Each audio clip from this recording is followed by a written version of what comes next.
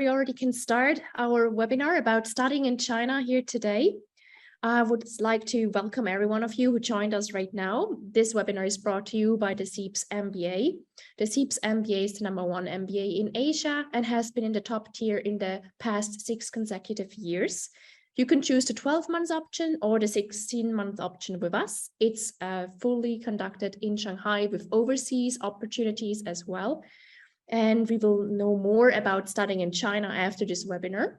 And so I would like to go on and say thanks to all our panelists that joined today, to James, Jacob, Savannah, and Liz. And I would like to hand over the word actually already to my colleague, James, and to start with his introduction and then followed by the other panelists. Thank you very much, Marianne, and very nice to be here wherever you are in the world. Thank you for taking some time out on this Sunday to share some time with us. So as Marianne said, I'm James Kent. I've been living in China for the last 8 years, and I'm the marketing manager within MBA admissions for the MBA program here at China Europe International Business School. The reason that we've kind of all got together to bring you this webinar is because I think it was very public when the student visas into China kind of stopped, a few years ago. But it still feels there's not, a wealth of information out there for people that would like to come and study now that the student visas have opened again. And I think also most of us panelists, or many of us have been in China kind of throughout the pandemic years. So hopefully it should be a fun, interactive evening. But Marianne, if you go on to the next slide, and I'll just share maybe just a little bit about what I do. So apart from these, beautiful pictures and words in our brochure, the main role I have here at CEIBS is to recruit international students onto our full-time MBA program. So I won't go into too many details, but just to keep it light, as Marianne said, we're a very highly ranked program taking place over 12 to 16 months. It's a very intensive academic MBA program, but also very experiential. So our MBAs do leadership activities in the Gobi Desert. They do strategy projects with companies in Shanghai and throughout China. They can go on exchange to top schools in the US like NYU Stern or Wharton, or Europe to the likes of INSEAD or London Business School. And really it's for people that are looking to continue or switch their career into management or business or leadership, and really kind of taking over a year out of their career in order to do so. And we also have a career development center that really works with students to help them find interesting and rewarding job opportunities, predominantly here in China after they graduate, which I'm sure we'll get onto. I'll share my WeChat probably in the chat box at the end of the session. If you are interested in more details about CEIBS, you'll probably see a very sneakily hidden QR code on the right-hand side of the screen. You can scan that to follow and learn more about our MBA program. So maybe that's just a quick introduction to me and Marianne. I'm not quite sure who's next in the list.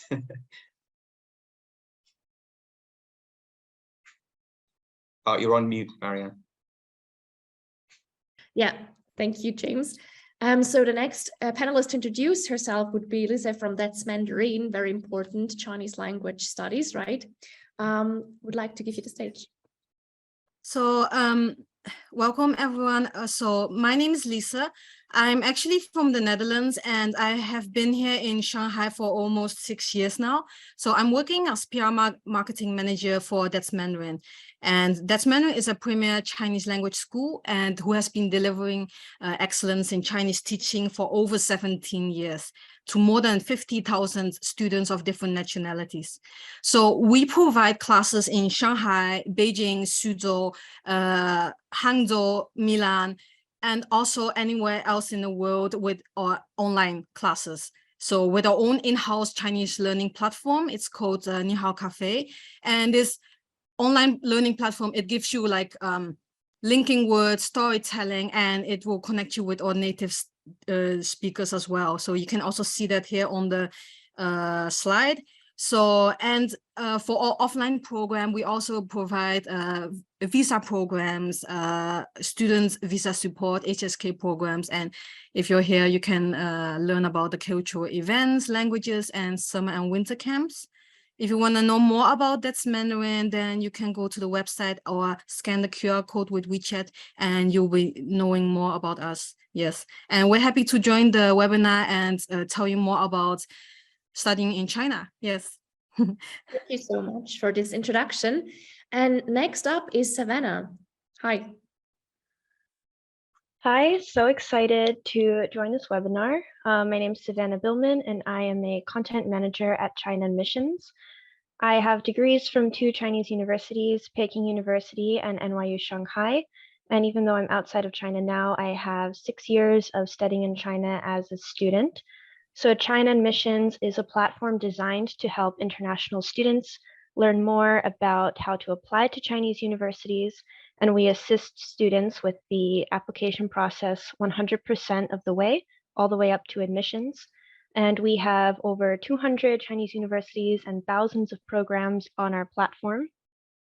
So if you'd like to know more about China Admissions, we have tons of information on our website, including programs such as CEIBS and Chinese classes with That's Mandarin, where you can check out different options for you. You can explore our free database and learn more about what it's like to study in China.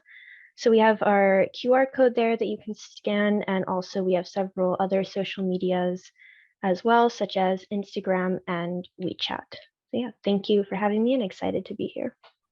Great, thank you. And last but not least, Jacob, welcome today. Hey guys, so Jacob, I'm from California. I've been in China for about 15 years now. I'm the commercial director at SmartShanghai, which for those of you who do end up moving to the great country of China or the great city of Shanghai, you will undoubtedly come across our app. It is one of the first adopters that people usually download when they get to the city. We are, by all intents and purposes, considered to be a super app. It's the bilingual app that allows you to search for restaurants, bars, schools, all in English in a directory fashion. We have a buy and sell section where people exchange goods between each other. We also have a very popular housing section. So when you're moving to China and want to look for an apartment, that's the place where most people go to. We also have a job section. We also have a ticketing site. So if you want to purchase tickets to a museum, to a show, basically the app was produced over the course of what next year will be 20 years, based off of the needs of what expats who don't yet speak Chinese need to survive and thrive in the city. How to get to point A to point B, where to go to get this and that. Tons of different types of editorials for guides on how to download WeChat, how to install Alipay, how to buy pet insurance, how to get your pets into China. Anything and everything that you would need to be able to set your life up here and thrive is basically what people use SmartShanghai for. We have about 120,000 active users on a monthly basis spread across multiple channels, including a website, our own app, a mini program, as well as a WeChat. We can go to the next slide, that's okay. We work with multiple different types of companies, from local institutions to international brands. If something is discoverable in Shanghai that might be of interest to you, whether it's for pleasure, purpose, or business, SmartShanghai is the best resource to use in order to get what you need to make Shanghai livable. So cheers and thank you. Thank you so much for this introduction of all of you. I'm just going to go back to our title slide here. As we have introduced on our webinar description, this is a Q&A session as well, like to answer all of your questions. And I've already seen there is one question particularly about the visa situation already. And I just want to ask James and Savannah, now that student visas have opened again, can you share experience of helping students to get into the country for their studies? Like, what do they need to do? Thank you, Marianne. Maybe I'll go first and then hand over to Savannah. So at CEIBS, traditionally we tend to intake anywhere between kind of 120 to 180 students per year. And typically about a third of those are international students. So when the borders closed, it really hurt us. Where our deadlines and terms lie meant that when the student visas came back onto the table, it was already kind of pretty late in our recruitment season. Our MBA actually kicks off in early October, but still we did have some that managed to kind of move quite quickly to get back in. So I'll share a little bit about the process. I will caveat this by saying that I think it might be slightly different, depending on where you are in the world and also the institution that you're looking to study at. But I'm sure that Savannah can, maybe give a broader kind of reference on this. So we, for example, had a Brazilian student. I'm just going to kind of take one just to kind of share her journey. So the first thing that she was asked to do is to arrange an appointment at the embassy in Brazil, the Chinese embassy, and she had to take her admission letter from our school, from CEIBS, plus a completed JW202 form. And from that, she can then apply for an X1 visa. The X1 visa is kind of the longer student visa. The X2 visa, more for people on short-term study or exchange, is still not back on the table. But essentially with the X1 visa, either new students can come in, or if existing students were stuck outside, then they can apply to resume their studies here. So the process of applying with the embassy for this lady in question took about 2.5 weeks. The one thing that was quite interesting, that was quite new for us, is that they actually prefer if you've already booked your flight ticket. But again, I wouldn't act on my recommendation on that. I would definitely check when you're having discussions with the embassy. The other good news is that you can apply for a multiple entry visa now, right? It's not just kind of as it was maybe before, that if you come in, you'll kind of be stuck until you finish your studies and decide to leave. So you can get a multiple entry student visa, which is valuable. When you then get this X1, basically it's valid for 3 months. And this means that you have to enter China within these 3 months. And when you arrive and you go through quarantine, that I'm sure we'll get onto it in a little bit, essentially then with the help of the school, so CEIBS, we have a fantastic foreign affairs department, and our colleagues there are the ones that will transfer that X1 student visa into a longer term residence permit, which should see you through to the end of your studies. So I think for us, it's just under 2 years in total to get through. The one thing that I've missed out, sorry, is that when you're coming in, obviously you've got your flight booked. In order to board that flight, then what you do need is 2 negative PCR tests. And I think this is a bit different in each country, but essentially the embassy should be able to advise on which clinics they accept these kind of negative PCR tests from. And so, yeah, it needs to be within 48 hours of flying, it needs to be from different clinics, they need to be accepted by the embassy. Then from this, you will be given an online version of the QR code, right? Maybe one thing we can talk about later, if anybody's new coming into China that doesn't have WeChat, then definitely I would follow Jacob's advice and immediately go on to Smart Shanghai Guide and look to download WeChat, because you're going to need WeChat and Alipay to navigate the various different requirements here. And then when you're in, as I say, then you'll kind of get taken to quarantine. At the moment, the quarantine is 7+3. So that means 7 days inside a kind of a quarantine hotel, and then 3 days. I mean, for us, it's kind of on campus or wherever you plan to live in Shanghai. So we can get into kind of tips a little bit later about what to pack and what to make that more bearable. But it does seem to be, thankfully, kind of happening, more and more. And there is rumors that this 7+3 will be reduced next year as well to make it more palatable. So that's everything from my side for the first question. Savannah, I might have either taken everything you were going to say, or or hopefully you have more to add to that picture. Yeah, thanks so much for that introduction, James. And what you pointed out is exactly accurate. Even though X1 visas are open for applications now, the actual situation does vary by university and by the country of origin for the students.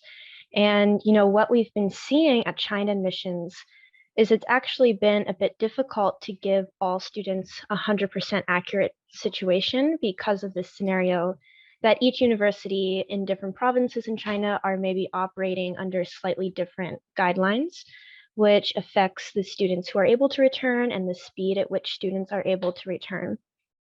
But the overall situation now is that X1 visa applications, which are for long-term programs of more than 180 days, are open for international students to apply. However, in order to apply for this X1 visa, you are going to need permission from your university, which are some of the documents that you mentioned, James, some of the forms that you need. And again, what we're seeing is that different universities might have slightly different forms. For example, depending on if you're a new student, a first-year student, or if you are a senior student who maybe was already in China before the pandemic.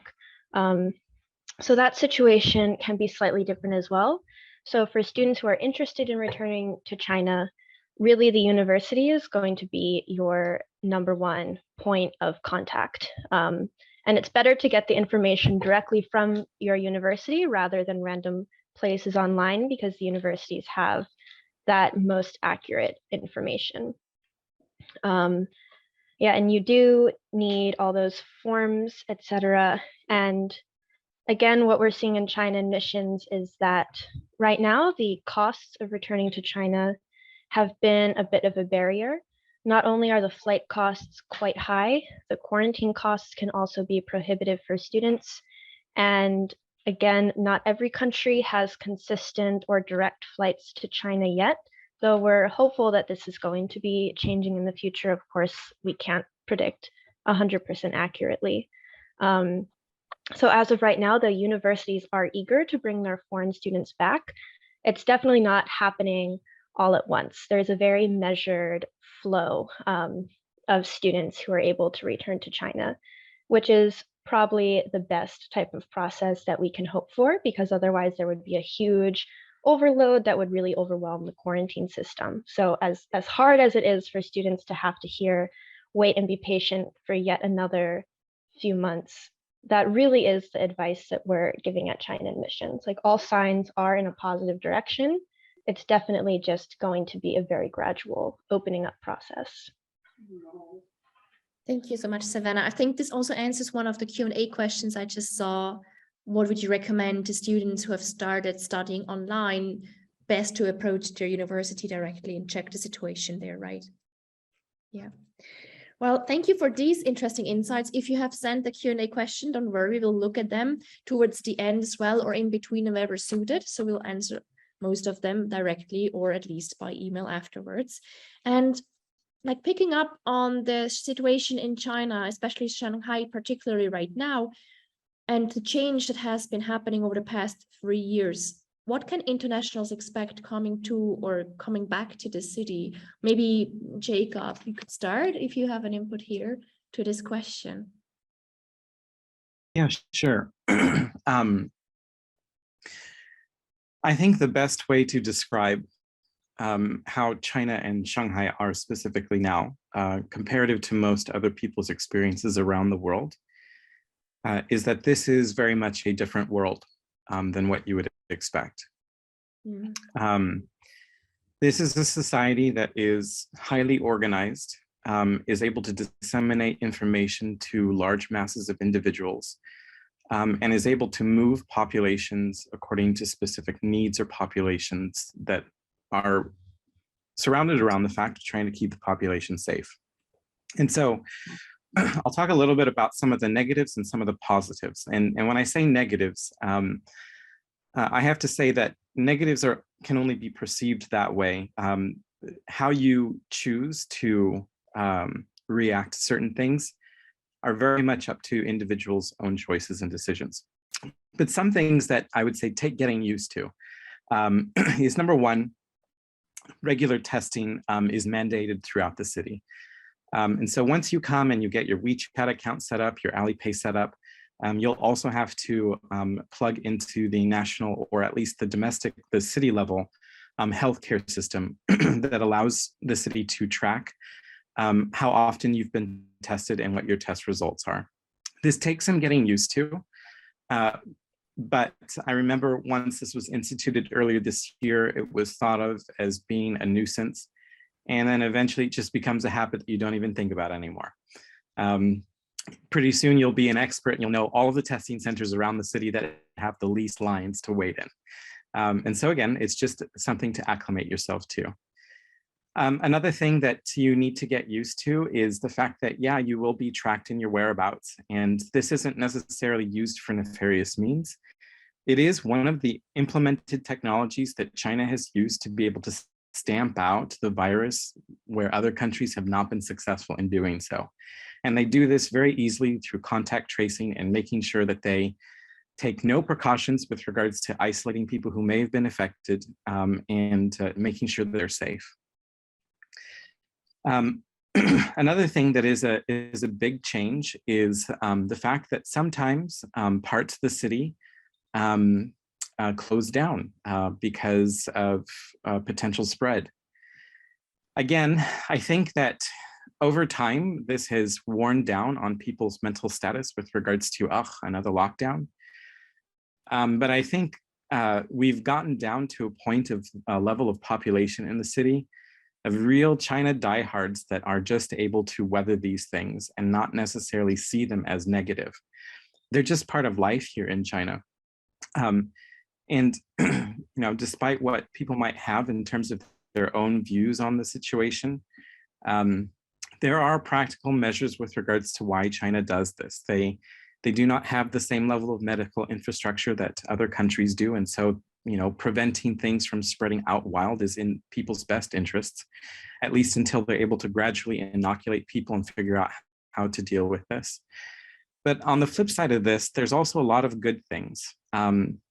You have still businesses that are able to open and thrive. Many people would have thought that the economy would have been completely shot in China. I work at a media company that is still consistently covering new places that are opening and starting businesses here. One of the surprising factors with regards to this is that countries outside of what we have here in China are experiencing economic slowdowns.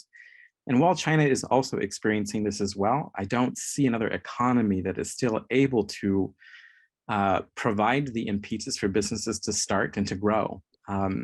Some of the clients that we've seen in multiple different industries, the way that they've weathered this type of a system and these changes, as long as you're adaptable, you can still see success here. Not only that, but the job market here, because foreigners have left, there are a lot of positions that are open for people to basically become kingdom builders at the new set of a new population that's going to basically repopulate the city in time as things move forward. There's still a large energy with the city, both at the social level and at the opportunity level.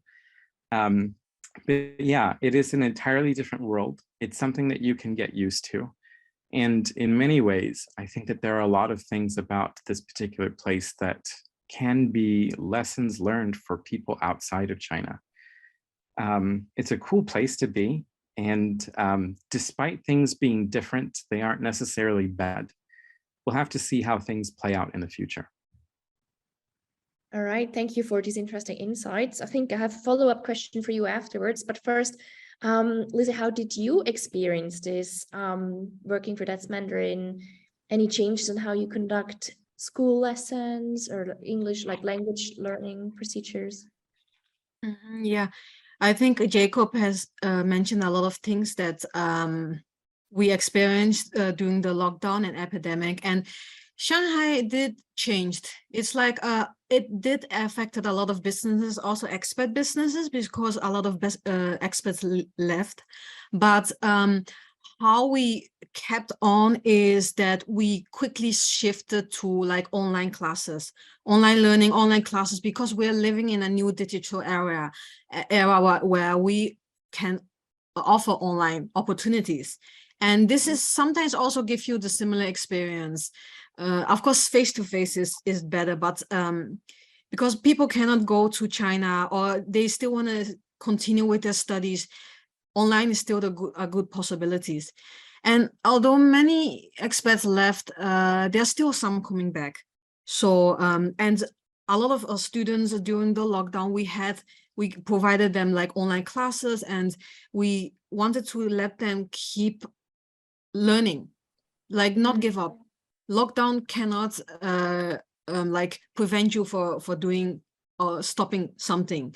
So and they were also very satisfied, and other businesses, because they cannot do online or don't have that ability, it affected them and they might have quit. But most of them who moved online, they are still growing. And yeah, so you have like two possibilities, offline and online. And although Shanghai is quite very westernized, and there's still a lot of international communities, businesses, and Western food and brands. So it still keeps Shanghai alive. And therefore it attracts expats as well. So like they're still coming. So for the newcomers, they will not like experience a big culture shock. Of course, it's different than their own country, but because most of the locals in Shanghai or businesses, they are more westernized. They understand the needs of expats as well. And then if you are the like, it's easier for you to find your way out, meet international communities and businesses here. So yeah, if you're coming back to the city or you start a new life here in Shanghai, you will definitely find new stores, shopping malls, new opportunities, and also like online possibilities. Yeah, and it helped us a lot as well to gain more exposure and also let people know, okay, we're still here and we're still growing. So yeah, that helped us a lot. Thank you so much for that. What you both brought up is like really how it has changed, but also how adaptable people can still be to kind of make the best out of the situation. This has raised some questions as well that I think we can just maybe answer in a bit as well. Like a lot of participants today have asked, like, how does it feel to be in this quarantine situation when you return? What are the costs for students, for example, when they would go back to Shanghai for studying, and the expenditure of that quarantine process as well? Maybe, Jacob, do you have experience with that yourself? Yeah, I just returned to China a few months ago. In terms of the cost, the way that this was paid for when I went through that process was using Alipay or WeChat Pay. They accept payment through both. Obviously, for most of you probably don't have those as payment options, but there are guides on Smart Shanghai that show you how to link up your bank accounts and to set them up even before you come to China. If you still do have issues, then there's always the possibility of being able to pay in cash. The hotel that I stayed in was, I'd say, probably a 4-star hotel. It wasn't bad, and it wasn't like, you know, the Four Seasons either. But for 10 days, including food, the total cost was around $700 US, $750 US. If you were to pay in cash, then I would recommend changing that currency into Chinese renminbi, so that you could pay directly with the pink bills.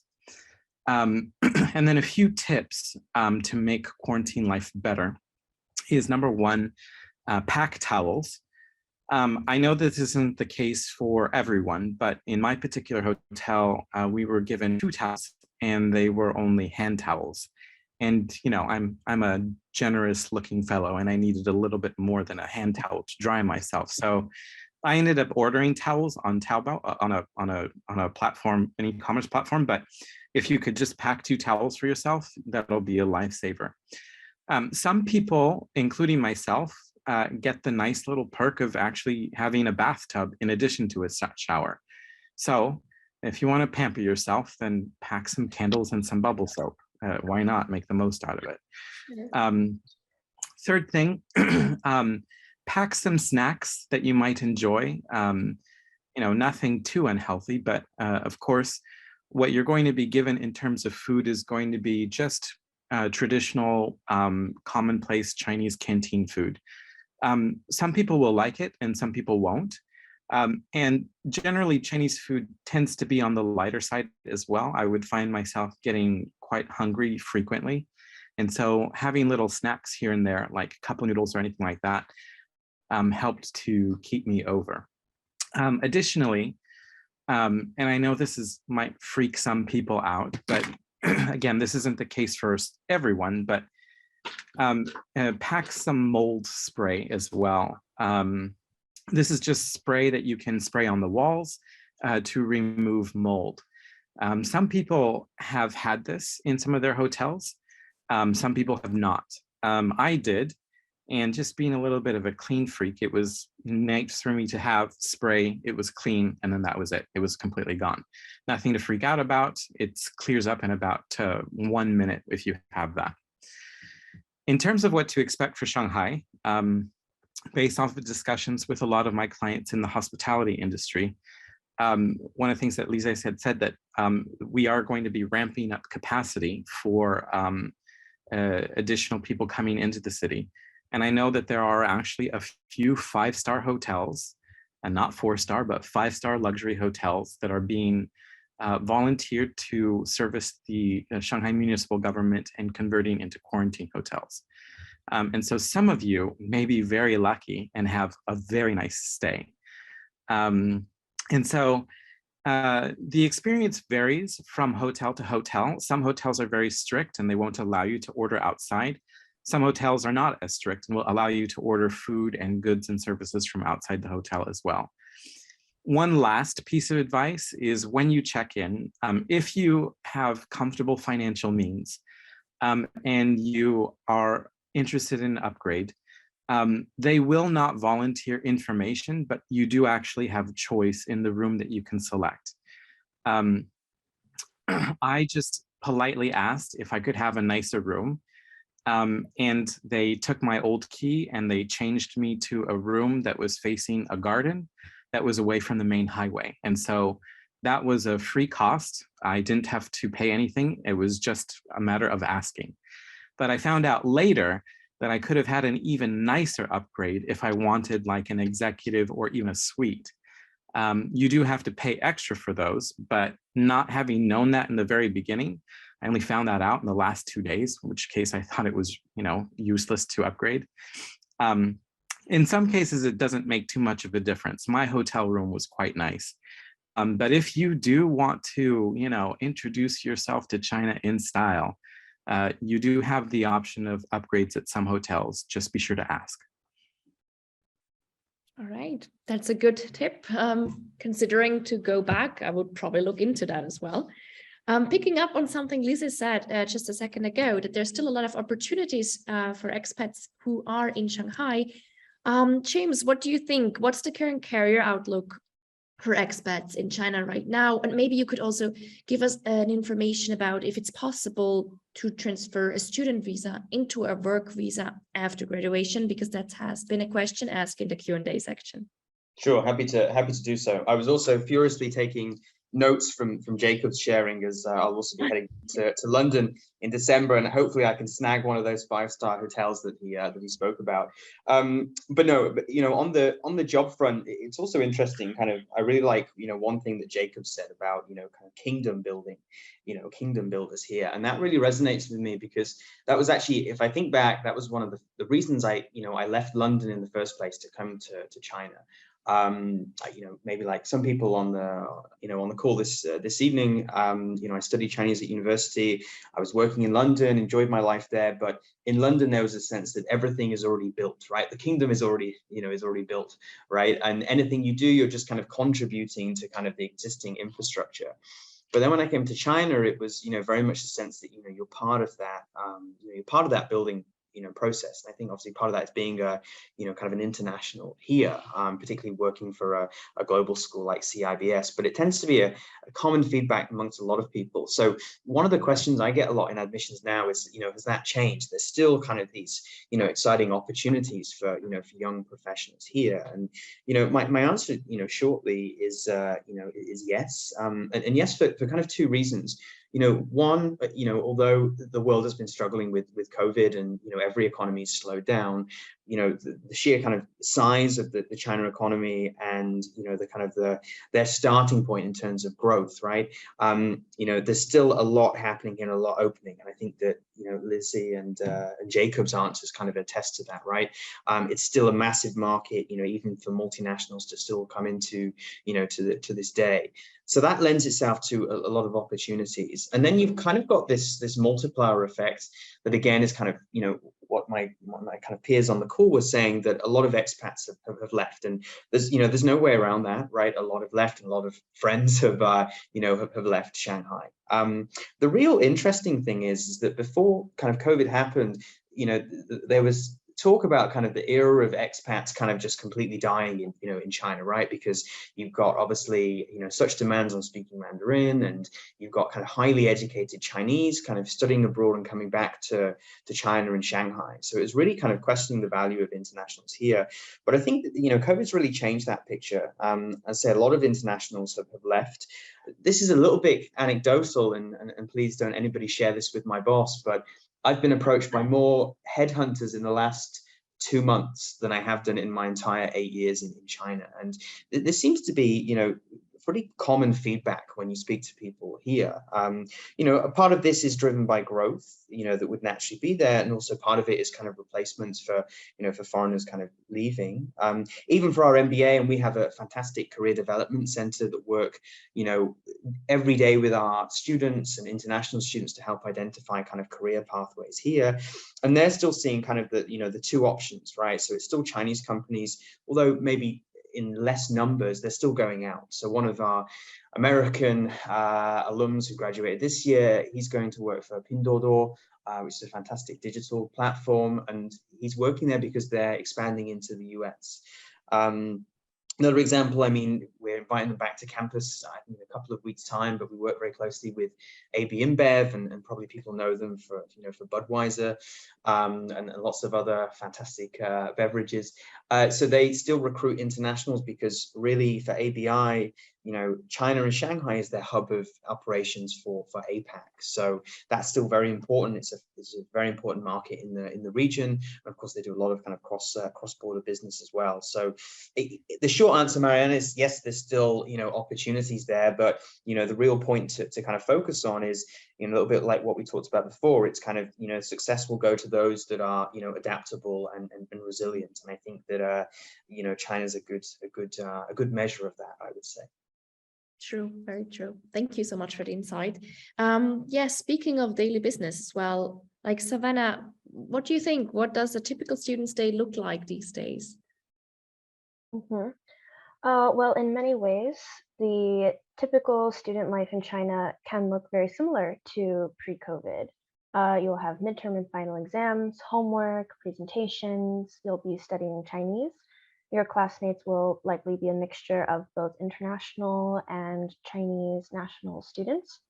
But in other ways, a student's life in China will, of course, look very different now.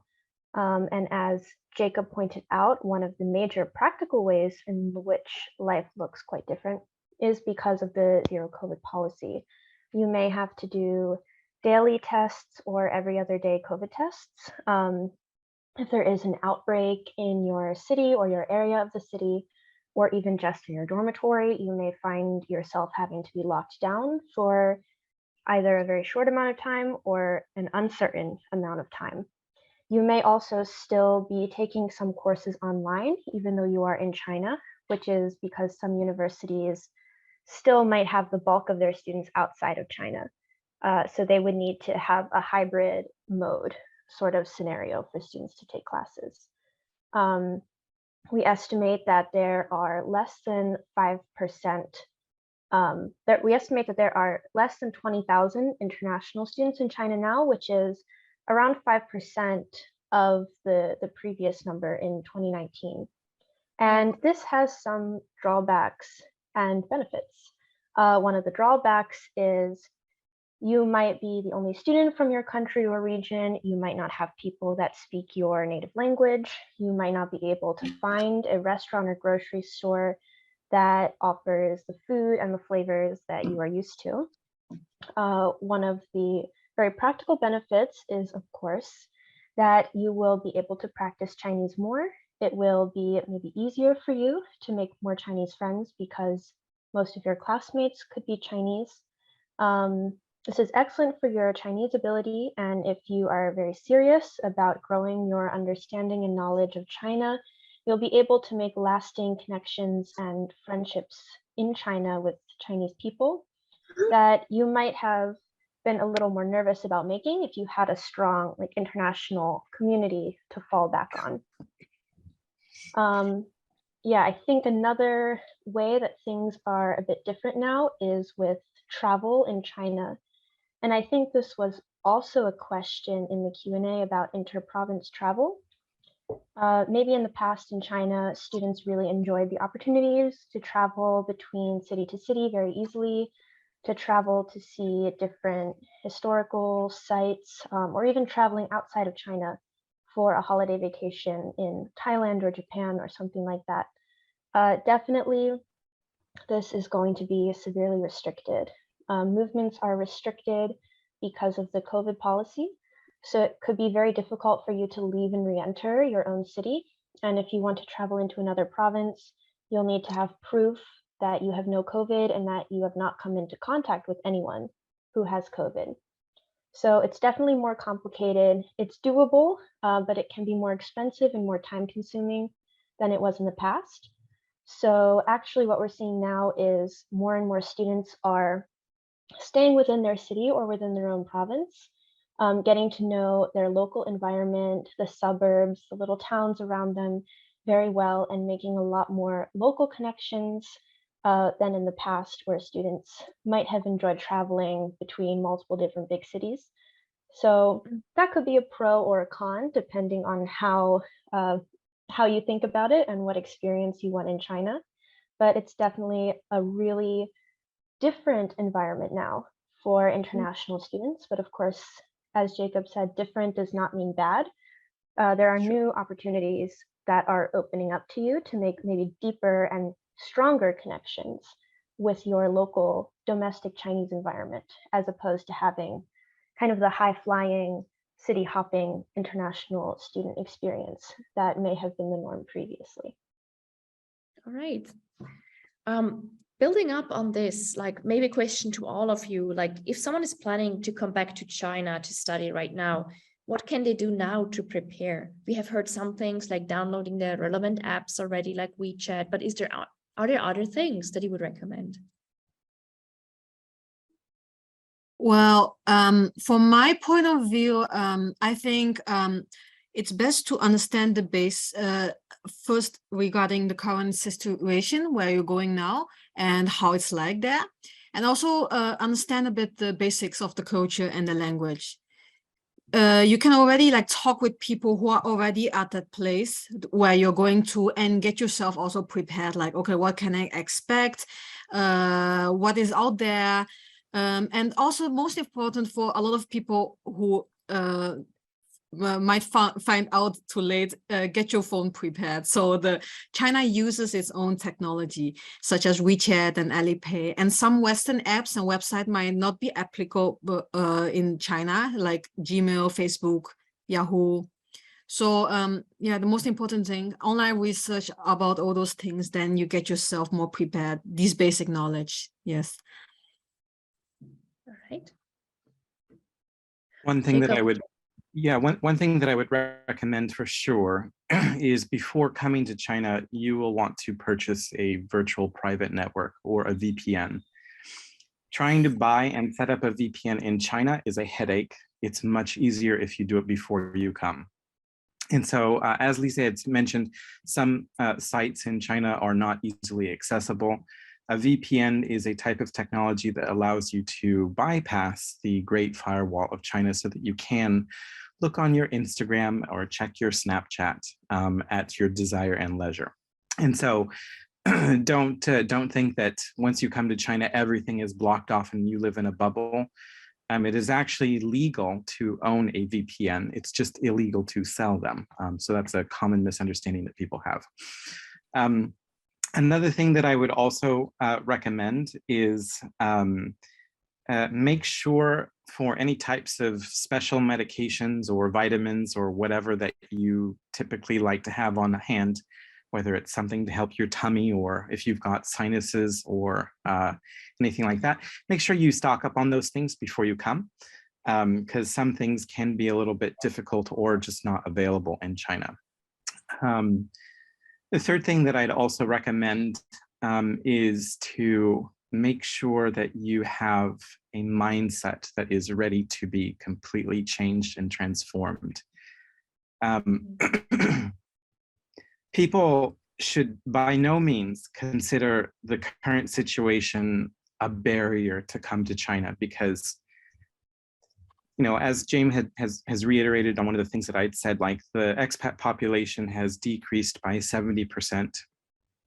That means that this pool is going to be the core foundation of foreigners who are going to help be here at the start of when China reopens its borders.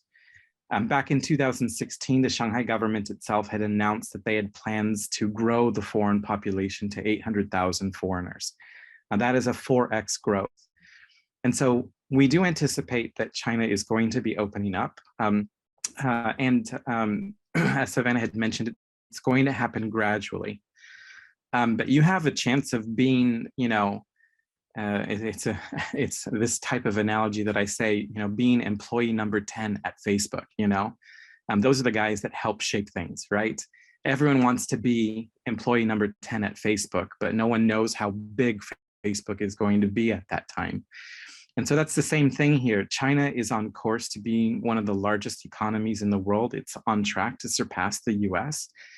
And being here, you engage in a type of soft diplomacy by being representatives of people around the world. Your experiences of people who know what China is right now and what it has become is going to be extremely valuable, because there is a diminishing pool of these individuals. Government and state departments are going to need people with this type of on-the-ground experience of China. Major corporations are going to need people with this type of experience. There is no escaping that this is going to be one of the largest markets in the world and one of the fastest growing for years to come. And so don't let anything discourage you, because this is still a place of amazing opportunity. And I feel like this is going to be the beginning of an entirely new era. And the people who are here and on the ground, as James had said, are going to play a part in shaping what this future is going to be like for China and how it interacts with the rest of the world moving forward. So it's extremely exciting.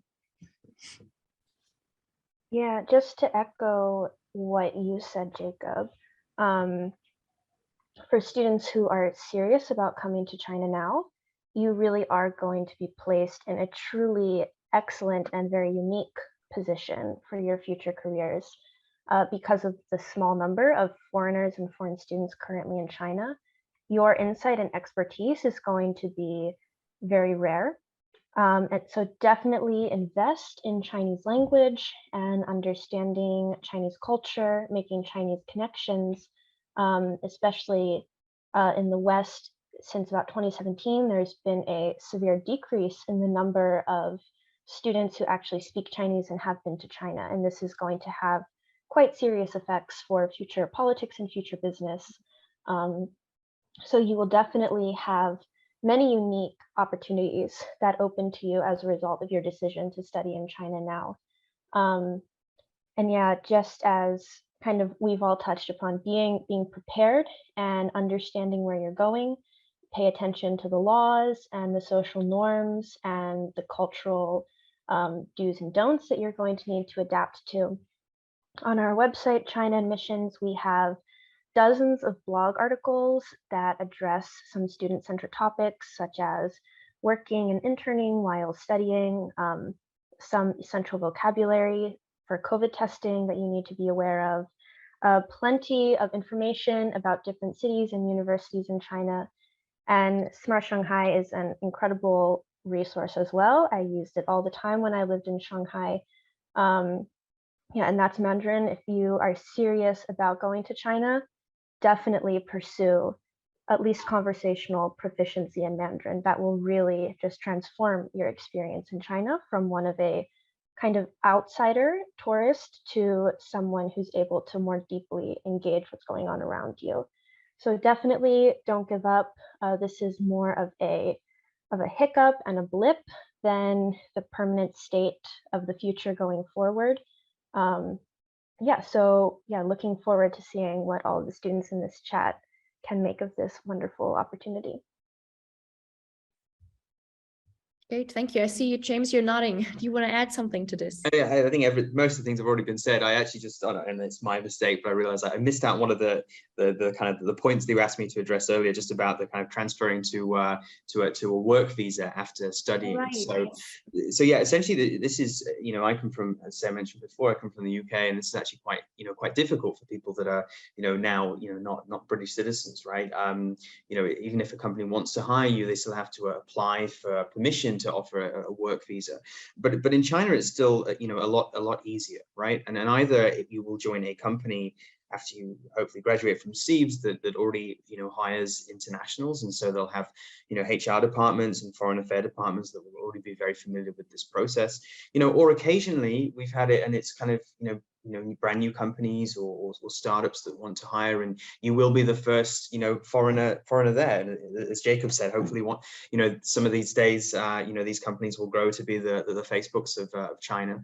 But if you are employee number 10 and you happen to be the first, foreigner, then, schools like CEIBS, will lend a hand and work with their foreign affairs team or HR team to kind of talk them through the process. So it's quite straightforward. And then just to reiterate what my peers said on the chat tonight, that really kind of there's a lot written about China in the press at the moment, but there's no substitute for speaking to people that are here and on the ground. We have student ambassadors that are not incentivized to kind of tell you any tales. Talk to them about their lives here. Find out how things have changed. And I think that the majority that you speak to, they'll give you a very honest, frank answer. And I think that's extremely valuable to kind of frame any decision to come to China. And then as everybody else said, get excited and get ready. All right. That's actually very true. The work process is very straightforward once you're here as well when you're a student, right, to transfer it. Looking into that, we have gotten the question, does CEIBS offer scholarships? And I think the clear answer there is yes, right, James? Yes, a number of scholarships. So I think typically each year, and correct me if I'm wrong, Marianne, so we offer up to a third of the student scholarships, and that typically can cover up to 50 or 60%. We do have a few full scholarships. What I will do is maybe kind of share my WeChat in the group and the chat box, and then if anybody has any questions about scholarships, then feel free to add me, and happy to talk about it later on. And I think we can continue with a few more Q&A questions because we're almost at the end of this session today. So there has been the question raised, does HSK1 provide you with enough knowledge to survive in China? Unfortunately, I would say no. Chinese is a very rich and historic and difficult language. There are actually 9 levels of the HSK now. So if you would like to be communicating in a meaningful way and able to follow some of the basic things of what are going on around you, I would recommend at least HSK 3 to 4. I think that would be a good place for you to do things like taking a taxi, navigating restaurant menus, and some basic conversations. So definitely keep at it. If you're at an HSK 1, keep going forward. True. Do you want to add something, dear Liz? Yes. So about Mandarin Chinese, it's actually the most native speakers they live here. But in recent years, people are learning Chinese in like second or third language.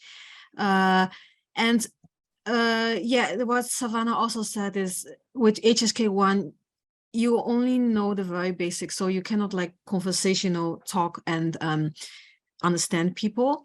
But yeah, so continue. And you, some people in Shanghai, they think like, oh, I don't need it because there are a lot of internationals and everything's westernized, everyone speaks English. But actually that's not true, because every language contains a unique worldview. Language doesn't just provide you with tools to communicate, but also with an insight how people see the world. So if you are a foreigner living in Chinese language won't only help you get things done. In many ways, it can help you understand how people think, what drives their actions, and it can also bring you closer to the people around you. So yeah, and that's Mandarin's biggest dream, is to help all learners around the world build these connections with China and Chinese people. Yeah. Right. Great. And a more work-related question to studying. So we had a few questions about this in the Q&A right now, because in Europe it's quite common that you study and you do work while you're studying, right? Is this an opportunity or an option in China that you work while you're studying? The official answer is no. That you're on a student visa, and so you should be here studying, studying full time. Sadly, it's not that you can then kind of do part-time work, and it's also kind of, I guess, not the place that you really kind of do part-time, bar work or retail work. If you're international, maybe because of the language side of things. In saying that, actually part of our program, we have kind of like this period in the middle for a 10-week summer internship. And so students will go out and do internships at, at McKinsey or Accenture or, AstraZeneca or, whatever companies, and they will then receive payment for this. But I think this is more of a special arrangement. So again, it's probably best to check with, the universities directly to see what are the exact terms of the student visa. But I think I'm on fairly safe ground in saying the official answer is no. Yes, yeah, I would agree with that based on my past experience as well. But like you said, maybe there's a different rule for part-time. We don't know about that. Better ask your embassy as well about that. And looking into studying the whole situation in China right now, do you have some final thoughts maybe that you would like our participants to take away from this session today when it comes to considering an MBA or going to China, living there, working there?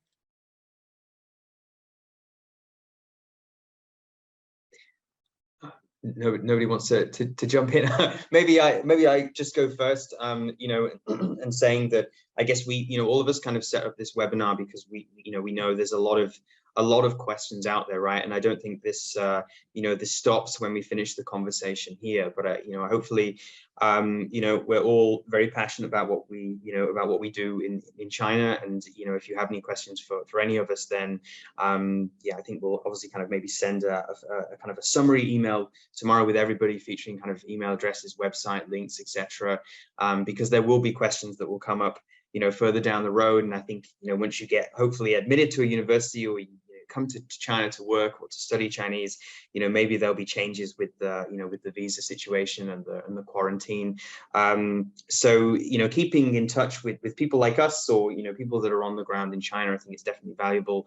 And in that respect, then obviously definitely follow the likes of SmartShanghai, that's Mandarin, CEIBS and China admissions, because I think any of the kind of the big updates relating to kind of students kind of coming into the country, we've got it right, we're across it because we have to be. But yeah, I thank everybody for their active participation, and enjoy the rest of your weekends.